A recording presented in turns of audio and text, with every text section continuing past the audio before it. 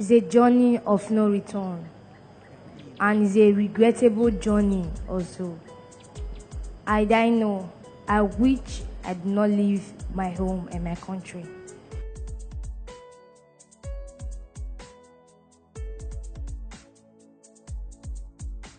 What actually were you looking for that made you to embark on this kind of a very terrible and deadly journey? What were you looking for? What did you expect to get where you are going?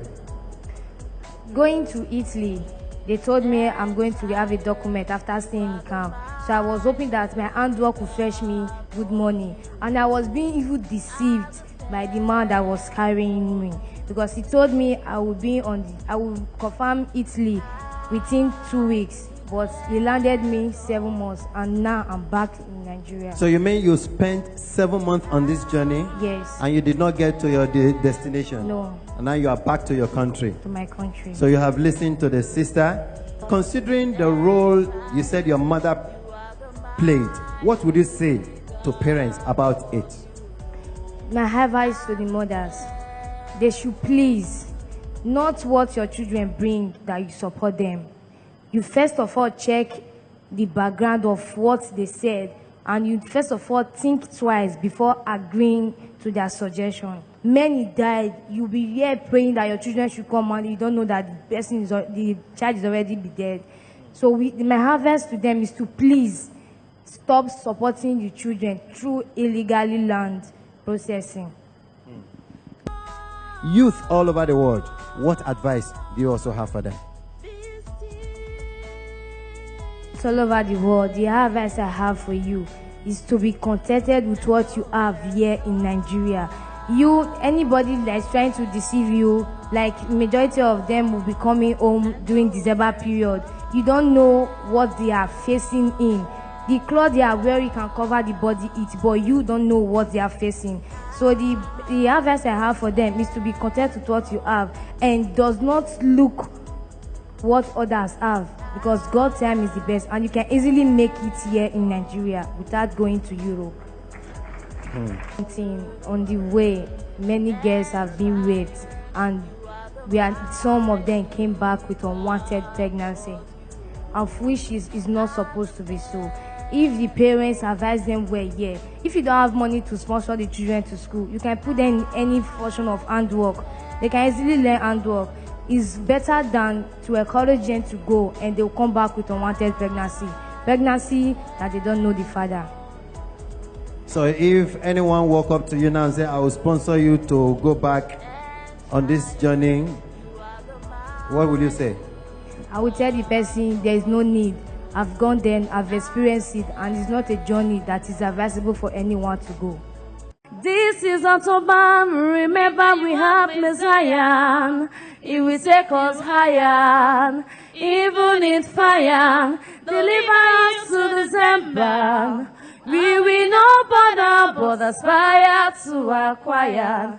Desire to admire. Being in this church today is the desire I admire. See, Papa, is the desire I admire. Being in a synagogue is the desire I admire. Daddy, you take me higher, even in fire. Oh, deliver me to December. I will not bother, but aspire to acquire. Desire to admire. Seeing our parents is a desire I admire. See our loved ones is a desire I admire. Going back to school is a desire I admire. Daddy, you take me higher, even in fire. Deliver me to December. I will not bother, but aspire to acquire. Desire to admire. To God be the glory. My name is Sharon Kebo. I am 18 years old. Good morning. My name is Kalu Joma. I'm 19 years old. Good morning. My name is Emmanuel Success. I'm 18 years old. Good morning. My name is Judith Tumarova and I'm 19 years old. Good morning. My name is Stephen Choisi. I'm from Edo State, Nigeria. I'm a deportee, and here are my fellow deportees. We arrived last Monday. So we were traveling to Europe illegally. On our way, we got arrested and in prison before they finally deported us to this place. And majority of us here, we are being sponsored by our brothers overseas. They never told us that the journey we are going to embark is a risky journey, a journey between life and death. And majority of us here also borrowed money that we use in entering the same journey. My story goes like this. My friend in Italy, I was an hairdresser before I left Nigeria. My friend in Italy, she told me that I can use that same handwork to earn good money in Europe. I said, okay, fine, no problem. She convinced me and said I should come. I was impressed. So I went to my mother, I told her, she encouraged me, and she borrowed 280,000 to the 100,000 I was having. That was 280,000. So I deposited the money to the man that was carrying us. Even up to now, I don't know the face of the man. We were only communicating through phone. So we were 48 in the place the man said we should meet together. An in-laws came and took us. That in-laws should have please contained 8 people. So in that in-laws, we were 48 on it, and we were being loaded. In-laws van, we were being loaded on it. And at the surrounding of the in-laws, they were being stick surrounding it, and that surrender, anybody that wants to hold the stick will hold it well so that the person will not fall down. Because anybody that fall down in desert, the driver will not wait for the person. The person will just die there. It won't take the person 4 hours before the person will die. So we embarked on a journey on a desert. The desert we are talking about, the sun there I can't describe. It's very hot. There is no tree. There is no plants. There is nothing. Everything you see around you is just sand. And when we were even in the desert, we were hearing strange voices, like human voices that we can't see them, but we know that they are voices from humans.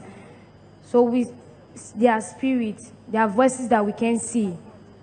Like, woo, woo, human voices that we can't see.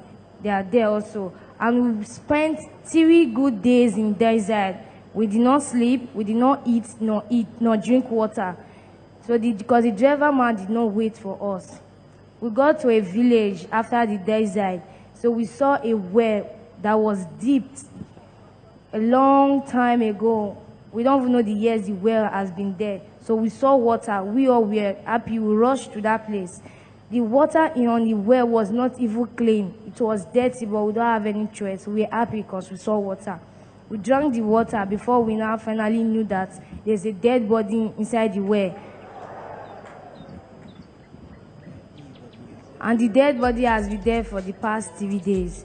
And we told them that if we knew that there is dead body, we have any choice, we still drink the water because we have not taken anything for the past 3 days. So that was that. We left that place, and we also met some accident in-laws on the way. That accident in-laws, they caught fire. 3 sisters died the same spot, while the rest were totally injured. Even our in-laws, a boy almost fell down. It was the co-colleague that dragged his shirt and told him not to stop sleeping, because when he falls down, the driver will not wait. That will be the end of him. So that was how we finally got to Sabah. In Sabah, a watermelon truck came. A truck that do use in carrying watermelon.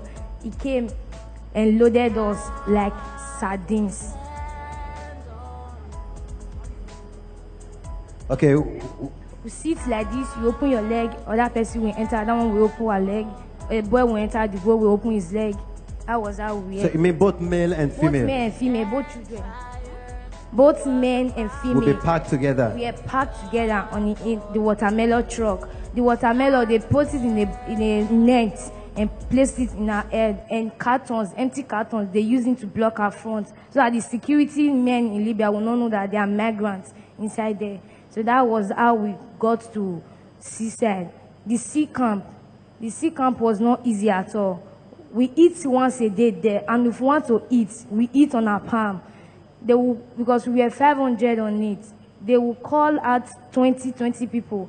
One person in that 20 group will divide the food into 20 places. So you have to stretch out one hand, they will put the food for you. That's your portion for that day. stretch your hand. They'll put the food for you, then use this one to be eating. That's the food for that day. So we were bathing with the water, and the water was coming directly from the sea, and it was salty. If you want to drink it, you have to close your eye first before you drink it, because the water was not good at all. Even the water, due to we were bathing so that we can have strength, the water even burnt my skin. This is the evidence. So you mean those marks we are seeing there is as a result of bathing with the salt water This is salt from the water, sea? yes. And drinking the same? And drinking it. If you want to urinate, you'll be crying before you urinate, because it will be paining you, because everything you are drinking is all salty. And the food we have been cooked with, it was cooked with sugar. Okay. The food we have been cooked with sugar. Even in that place, many people fell sick. They fainted. Different sickness was coming up. While some men tried to escape, so they caught them and put them in an abandoned pit. They did not give them food for 1 week. They were in there before they finally pushed us to the seaside, where we are going to enter what is called Lapa Lapa. It's an inflatable balloon. They blow it. We were in the first boat, and when we were at the seaside, we overheard the captain and the men that want to push us aboard the Lapa Lapa. They were arguing about what is called Turaya. We don't know what is called Turaya. The captain said they can't go without Turaya. They bailed up to the captain and said he should go and ride the boat. So the captain does not have any choice. Either he ride it or they will kill him there. Yeah, the Lapa Lapa is a balloon, inflatable balloon, like I said before. They blow it. Okay. And in that sea camp, we don't wear earrings. They collected our earring, they collected our brazier, we cut our fingers. Why? Because if it touched the balloon, it will burst it. Okay, so it's the inflatable boat was so fragile that any sharp object could deflate it. Yes. And what will happen? The boat will capsize and everybody is going to the sea. Okay. There was no life jacket, because they told us that it was the Italy rescue that will come that will give us life jacket. So I was putting on this cloth. So majority of us here also have the cloth. And this is the same cloth I've been wearing for 7 months. Just this one? Just this one. So they finally pushed us there. And on our way going, when we got to Italy territory, we found out that Turaya is a social network phone in the sea that they used to call Italy Rescue. We don't have it. So we were all praying that rescue should come on their own, but rescue did not come. So we all decided to go back to Libya, where we were coming from. But our fuel got finished on the way, in the middle of the sea, middle of nowhere. All you see there is water. Look to your right, water. Look to your left, water. And the water so you could not see land, you could not see trees, nothing. And the water is even scary, because the way the water was, the Mediterranean Sea, it was not a thing that someone would use his eye to see. So we were on top with the Lapa Lapa that was not covered. Without life jacket? Without life jacket. How many of you were packed on the inflatable boat? We are 140. 140? Yes. Was the boat so large as to contain 140 people? No. It was but meant we are sitting the same Lapa Lapa. You sit down, open your leg, other person will enter. Then when we open his leg, other person will enter. So that was that. And inside the boat, we also have children. Okay. So how many people was the boat supposed to carry? Supposed to carry at least 38, 40. But we are loaded 140 on it. Okay, now tell us, how long did you spend on the sea? We spent 3 good days on the sea without fuel. It was the wave that was directing the Lapa Lapa. Inside there, you urinate in the boat. Inside there, you want to toilet, you toilet there. If you want to vomit, you vomit there. Even the guy that died in the boat, his body has already been swollen and it was peeling, smelling already, but we all were still inside the boat. And you couldn't throw the body out of the boat? No, we were afraid at the first time, because they warned us that nothing should be thrown into the sea because it will attract shark and other stuff. But we don't have any choice. They were saying that they should throw there is no business between dead and the living. So they finally agreed and threw the body. It was the third day they threw the body to the sea. So were there only adults, or let me say grown-up youth like you, or were there also children in the boat? Yeah, they were teenagers underage, but they are not here now. They've gone home. They were all inside the boat. Even children, they were still inside the boat. You mean children that were still younger than your own age? That was younger, more younger than my age. Like what age bracket? Like 14, 15, 16. But they are not here now. Okay.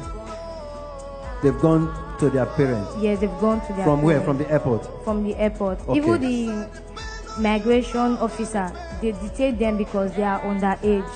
It was lucky that they left the following day to their various homes. Okay. So the first day, second day, third day on the sea, can you give us a picture of what you went through? You said you used to urinate and defecate inside the same boat. Yes. Okay. How did you manage to eat, drink water? There is no food, no water. They only threw 70 cans of water, 70 little can of water For into the boat 150 people. for 140 people to drink. And that can, the way the water leaked out, none of us knew. We only saw empty can, and our boat was even leaking.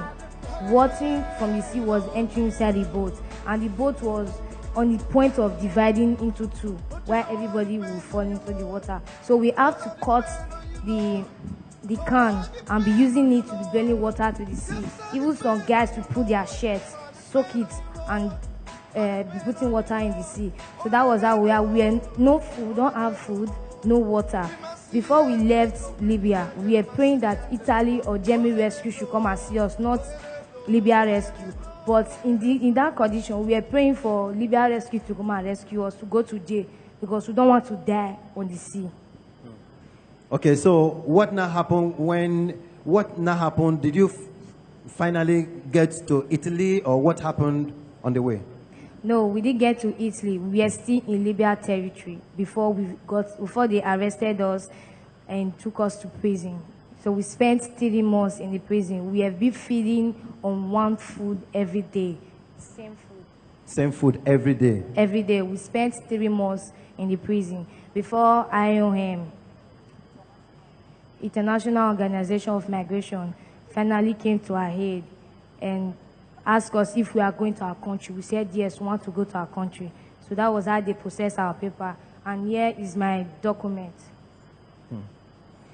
Well, you have listened to her. So eventually when they were rescued from the sea and were taken to the prison by the authorities, from there an international organization came to their rescue, processed documents for them, and sponsored their repatriation back to the country. Okay, tell us, what document are you holding with you there? This is my passport, and this is my boarding plane ticket. This is what the IOM provides for us, and this is what they use in deporting us. At the airport, they gave us these clothes, and see, we are all putting on the same clothes and the shoes to board the plane, because they said the cloth we are wearing is not good to enter the plane. So that's why they gave us this one. And when we get to airports, they also gave us 35 airports in Lagos. They gave us 35,000 naira to go to our various homes. So I decided to come to this place to seek for Papa's help. Okay. Okay, you mean on your own you decided that you were coming to Yeah, the I said I'm coming to synagogue to meet Prophet TV Joshua and seek for his advice and his help also.